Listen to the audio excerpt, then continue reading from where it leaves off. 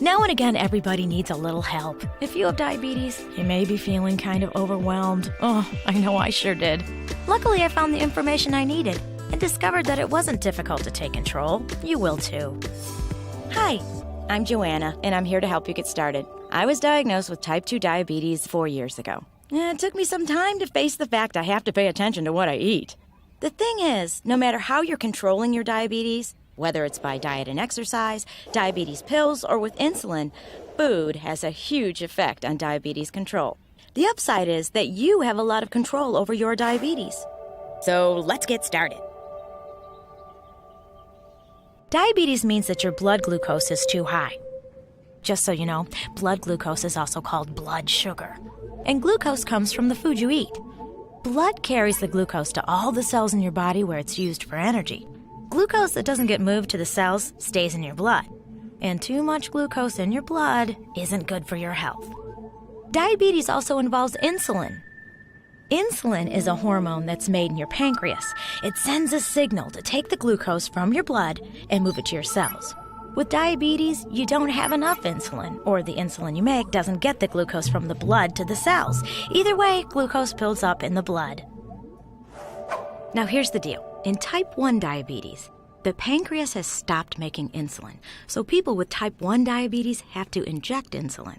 Type 2 diabetes is different. Even though the body is making insulin, not enough glucose is moved from the blood to the cells.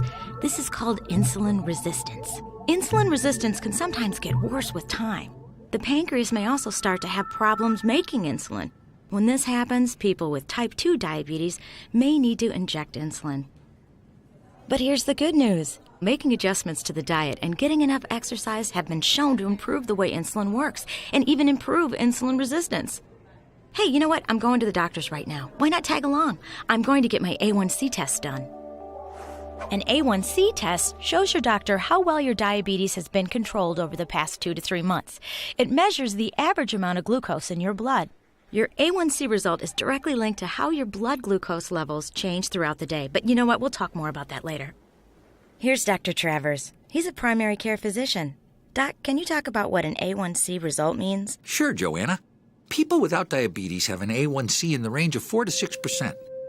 Diabetes specialists agree that most people with diabetes should have an A1C of 6.5% or less. Now, an A1C result over 6.5 tells me you often have high blood glucose.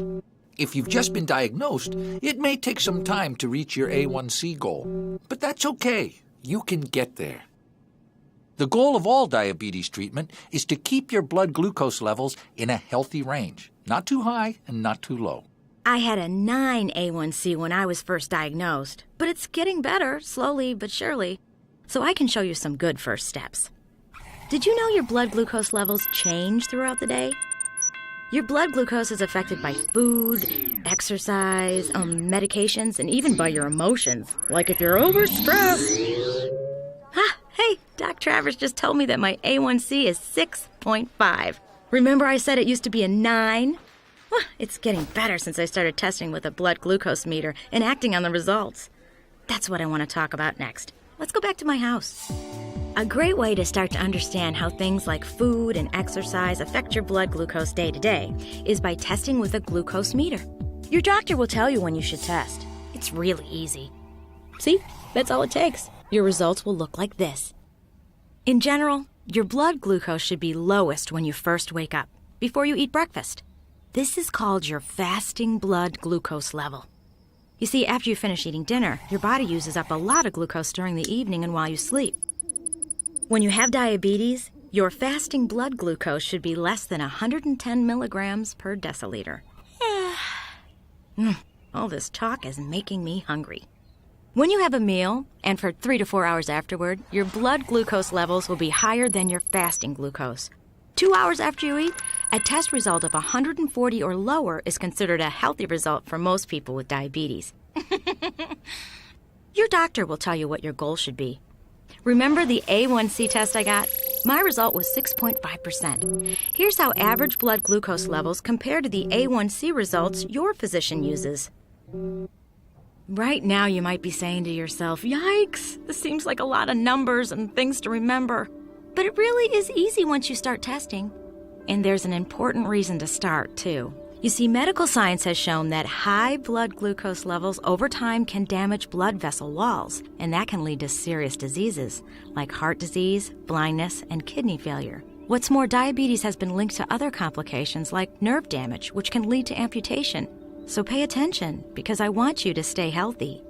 Testing with a blood glucose meter is a simple way to see what your blood glucose level is at different times of the day. And the best part is that your results can help you figure out what to do to help keep your blood glucose in range.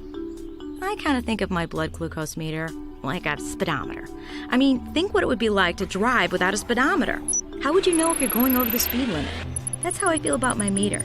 It shows me if I'm going the right speed.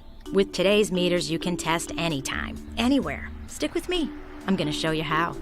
There are a lot of different brands of blood glucose meters. The important thing is to find one that suits your needs, so you'll feel comfortable using it.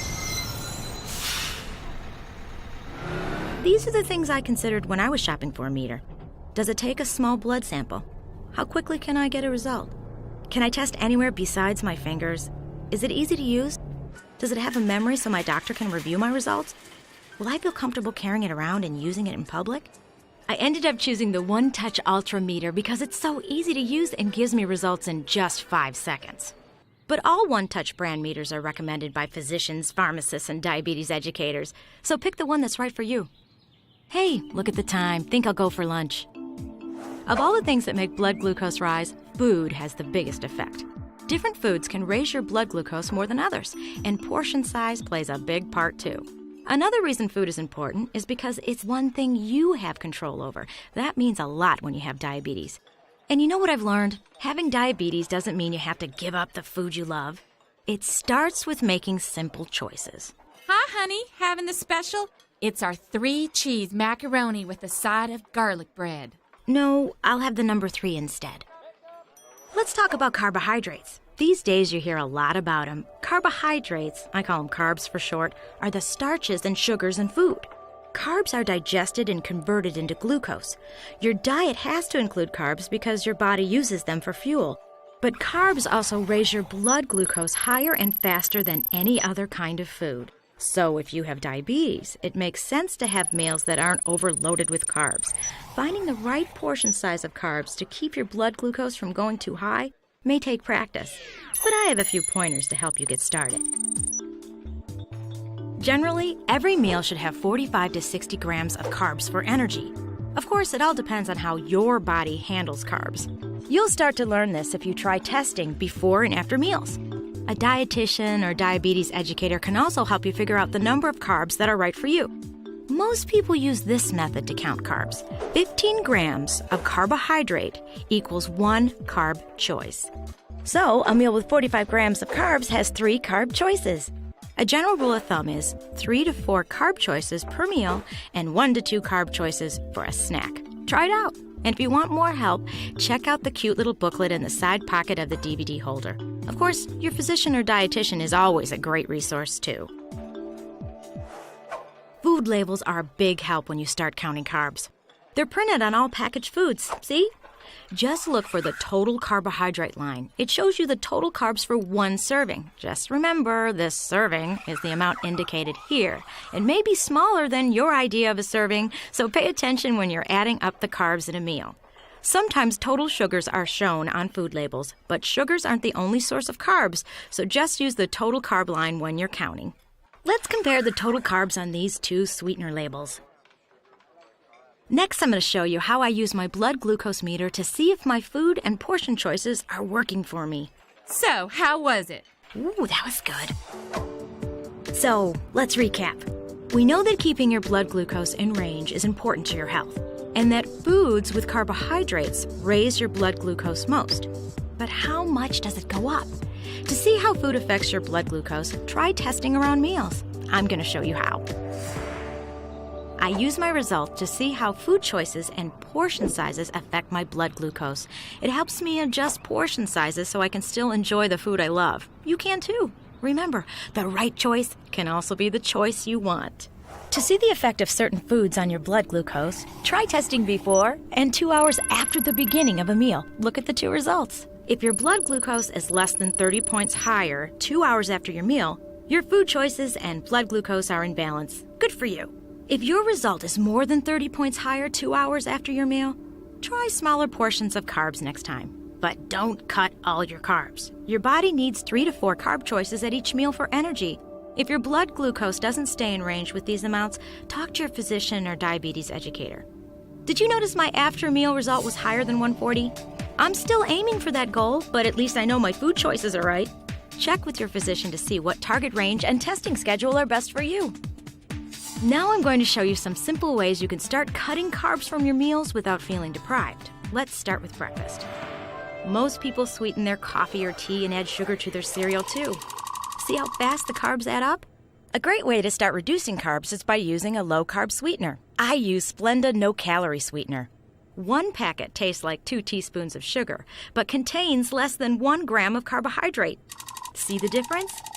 Using Splenda no-calorie sweetener is a healthy start to reducing carbs to help you stay in range. We've talked about how to adjust carb choices to keep your blood glucose in range. Now let's talk about dessert. Yum! You can add dessert to a meal if you include it in your total carb choice count.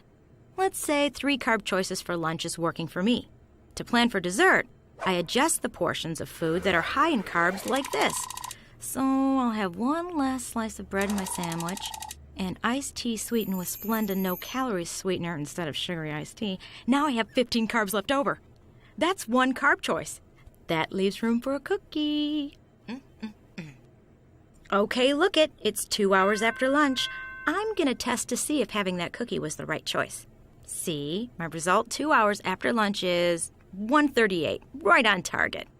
Most baked goods are high in carbs, but you can reduce these carbs by baking with a low or reduced carb sweetener like Splenda Granular or Splenda Sugar Blend for baking instead of sugar. If you're overweight, using Splenda brand products is one way to cut calories. Getting to a healthy weight may improve your body's sensitivity to insulin and reduce the risk of developing complications. These are great sweeteners for cooking and baking your favorite dessert recipes. Both Splenda Granular and Splenda packets can be added to beverages too. You get just the right level of sweetness with way less carbs. There's more information about all these Splenda products and a sample of Splenda no-calorie sweetener in the booklet in the side pocket of the DVD holder. Check it out. I'm going to get my hair done now. Let's go. One Touch makes everything you need to test your blood glucose. I use a One Touch Ultrameter because it makes testing so fast and easy. It just needs a speck of blood. And when I use a One Touch Ultra Soft adjustable blood sampler and One Touch Ultra Soft lancets, it's less painful than some other meters. And I get results in just 5 seconds. I love the shape of the One Touch Ultrameter too. It's so compact and I can take it with me wherever I go. It's a good idea to write your results in a logbook so you can keep track. Oh, see? I had an extra piece of pizza that day. Well, we all slip up sometimes. This keeps me honest with myself. And that's what really matters. When I go see my doctor and diabetes educator, I take my meter with me so they can download my results and we can talk about the next steps. Since I started testing my blood glucose, I have more questions, and our discussions help me manage on my own. I don't feel like I'm just taking orders from the doctor. Well, that's it for now. I hope you learned how simple it is to start managing your diabetes around meals. The key is to use your blood glucose meter and compare your results. I know you'll get the hang of it. If you watched this DVD all the way through, and I hope you did, be sure to review the chapters that contain practical information like carb counting and testing your blood glucose. And don't forget to check out the booklet in the side pocket of the DVD holder. You'll find practical exercises that'll help you with carb counting, portion control, and testing around meals. It also has coupons for products like the One Touch Ultrameter and Splenda no-calorie sweetener. If you have any questions about any of this information, or you want more educational materials, visit www.lifescan.com or www.splenda.com or ask your healthcare professional. Hey, thanks a lot. Bye for now.